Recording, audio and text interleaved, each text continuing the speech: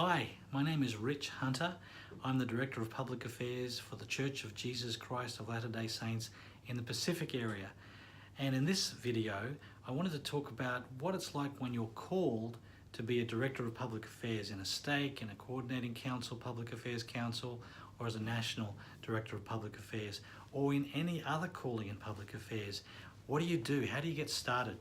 Let me begin with a quote from the Public Affairs Network and the training material on the Public Affairs Network, which is a great website, by the way, publicaffairs.lds.org. Although the work of public affairs is unique and certain special skills are helpful, the basic qualifications for service are the same as with other church callings. Church members who possess strong faith, who seek the companionship of the Spirit, and who diligently prepare and magnify their calling, even in the face of doubt and uncertainty, will succeed in public affairs.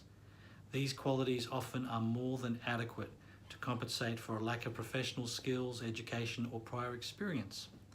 Now, take note of this second paragraph. But most importantly, Public Affairs Council members need to recognise that they are called by inspiration and have the right and responsibility to call on the Lord for help in overcoming any weakness or lack of credentials. Even the seemingly less qualified can have confidence in their call and know that the Lord will sustain them." Unquote.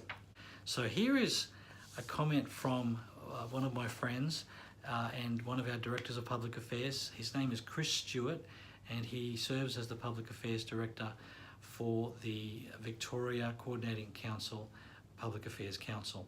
And this is what he said in response to that training that I just read a moment ago. He said, "I don't know anyone who has been called to public affairs who didn't relate with these sentiments when they were first called. Public affairs represents an opportunity to serve in a way that is unique when contrasted against other ward or state callings. We minister in public affairs, but more often as friends than as proselytes. We like our beliefs to be understood, but also find it just as important to understand the beliefs of our friends. We might be a peculiar people, but we look for and often find more commonality than peculiarity." And that's from my friend Chris Stewart in Melbourne, Australia. Great comment. Now let's go to a clip from another one of my friends, Public Affairs Director from Wellington, New Zealand. Her name is Tania, Torea, and hear what she has to say about when she was first called as a Director of Public Affairs. Kia ora, I'm Tania Torea, the Wellington, New Zealand Coordinating Council Director for Public Affairs. I just wanted to share a few thoughts in regards to my call. When I was first called, I felt so inadequate, and I knew that Heavenly Father had called me, but I still wondered how I was going to do what I felt was a huge task. I wondered how I could converse with opinion leaders, or why would they even want to talk to me? And so that worried me. I'm not an intellectual, I don't have any special expertise, but I read my patriarchal blessing, and there's a gift there that Heavenly Father has given me, and I felt that was the gift that I could use to, He'd given it to me, and I felt it was specific to this calling at this time.